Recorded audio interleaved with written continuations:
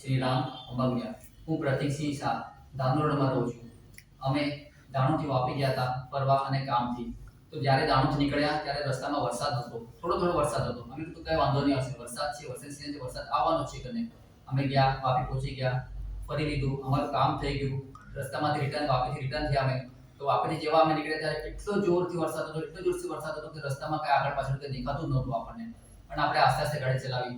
પછી જેમ જેમ હાઈવે ક્રોસ કરવા ગયા, હાઈવે પર આવ્યા, એટલો મુસળધાર વરસાદ, એટલો જોરથી વરસાદ કે આગળ કોઈ દેખાતું નહોતું.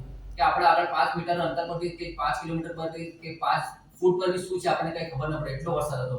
હેડલાઇટ ચાલુ કરી, પાર્કિંગ લાઇટ ચાલુ કરી, બધા સિગ્નલ ચાલુ કર્યા, સ્ટીયરિંગ પકડીને આંખ ફાડીને આપણે આગળ વધ્યું, પણ આપણે કશું દેખાતું જ નહોતું.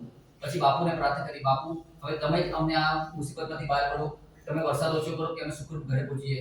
કારણ કે અમારા રસ્તા પર આપણે ગાડી ઉભી રાખી શકતા નહોતા, કે આગળ પાછળ કશું દેખાતું જ નહોતું આપણને. પછી બાપુને જેમ પ્રાર્થના કરી, થોડા આગળ ગયા તો વરસાદ ધીરે ધીરે ઓછો થઈ ગયો. વરસાદ જેમ ઓછો થયો એટલે અમે સમજી કે બાપુ આવી ગયા અમારા સાથે અમને મદદ કરવા, અને અમે સુખરૂપ અમારા ઘેર ધીરે ધીરે પાછા આવી ગયા. વરસાદ આટલો હતો પણ બાપુએ અમને સાથ આપ્યો, અને બાપુ એક રક્ષક છે જે ડગલે ને પગલે આપણે જેમ બાપુને યાદ કરીએ, બાપુ આપણે મદદ કરવા તૈયાર છે, એક પગ પર તત્પર તૈયાર છે. બાપુ હંમેશા આપણી સાથે છે. હરિઓમ, શ્રી રામ અંબાગુડિયા. યસ.